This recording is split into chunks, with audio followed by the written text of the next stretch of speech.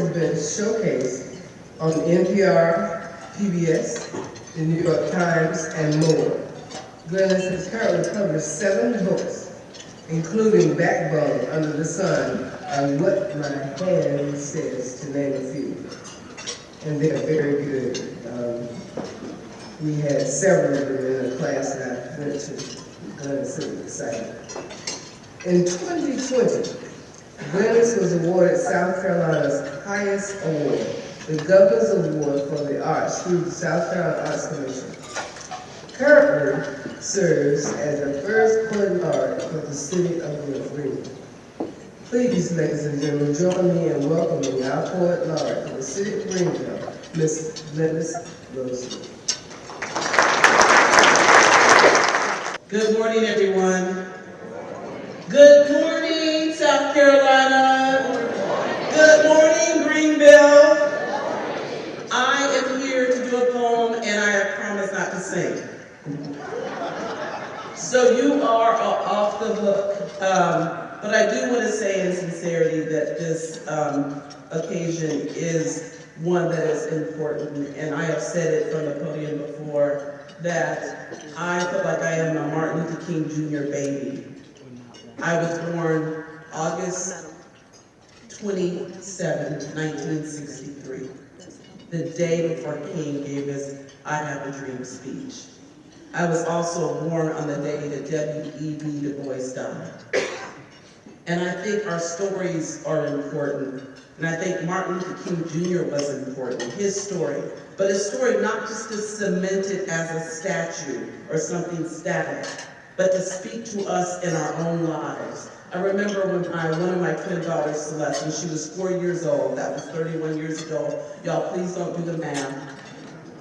But she came to me and she said, "Mama, do you know the Bible?" I was like, "Yes, child, I know the Bible." And she looked at me in these big eyes, she said, "You know, the Bible is a book full of people living their lives. And if you're not living your story, you're not alive." I said, "Say what?" If you're not living your story, what? You're not alive. And that's when I was making my transition from being a counselor to becoming a poet. And I believe that we all have a story. And that means that we all are here on purpose. That does not mean we're all supposed to be in the spotlight. We all have a reason to be in community. So my question to you, are you living your story? And I pray you Godspeed in living your story, no matter what your situation or who you are in your community. I'm reading a poem today that I wrote that is called "Peace is a Verb, an Action Word." Who hurt you by leaving and not loving you only? Who battered your spirit with words or weapons?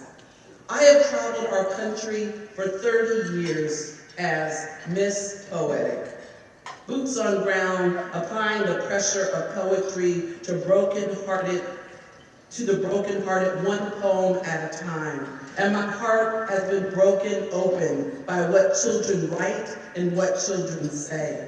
Many have asked, after hearing me do poetry, will you adopt me? Can you be my mama? One girl wrote that all she was fed for breakfast were insults. One boy penned that all the children in his neighborhood were so sad, it was as if they stared at the sun too long. Haiti, after visiting Haiti, the city of Soleil, I sat with the family in their tin hut reeking of coal. I asked the family what I could do for them, and the mother did not ask for money. She said, "Will you take my daughter? I love her, but with you, she will have a chance at life." How many people have you lost? I have lost count. I still grieve them openly in a world where teen suicide keeps rising, children believe dying is better than living. What of the bullying in the hallways and in cyberland? Peace does not come easily. It is not a quick fix, but a high road, and not everyone is inclined to live up to the highest chamber of their heart. Many give way to road rage, or an eye for an eye, or they deserved it, or they had it coming. They live by the do unto others before they do unto you mentality. Rage is a bitter vow passed from generation to generation. How many lives have been hijacked by hate? The older the wound, the deeper the hurt. Personal, familial, generational, societal. We walk on what history has left. A land plow with hurt upon hurt. Peace is not love. Peace is not airy-fairy or relegated to a two-finger salute. Peace is hard work and even harder earned. Who do you need to forgive? From who do you need forgiveness?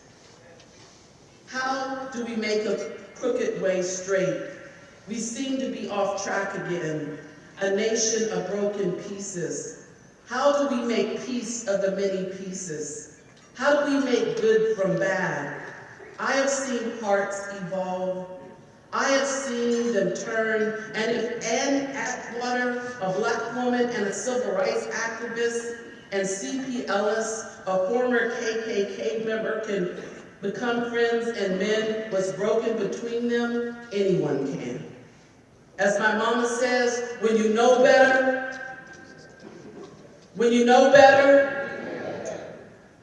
peace is not an easy answer. It is a green living thing, but you have to water it. The more you water peace, the more room you make in your heart, the bigger your heart becomes. Peace asks only for you to see me and for me to see you. This is how they and them become us and we. Peace is instrumental in taking walls down. Peace is a bridge builder. Peace is a master emotion. Robert Frost said it best, the road less traveled, an intentional trek calming the heart on purpose. When tempers flare, peace is putting your feet in someone else's shoes. My dad told me a story once about the man who complained of having no shoes until he met the man without feet. Struggle is relative. Y'all, we all struggle with something and someone. Peace is a quiet river within. Intentionally, drink it in. Then get up and be about the business of changing the world for the better. Peace does not come easily. It is not a quick fix, but a high road. Not everyone is inclined to live up to the highest chamber of their hearts. I say, roll up your sleeves and go to work. And as John Lennon sang, all we are asking is to give peace a chance. And like Frost wrote, that makes all the difference.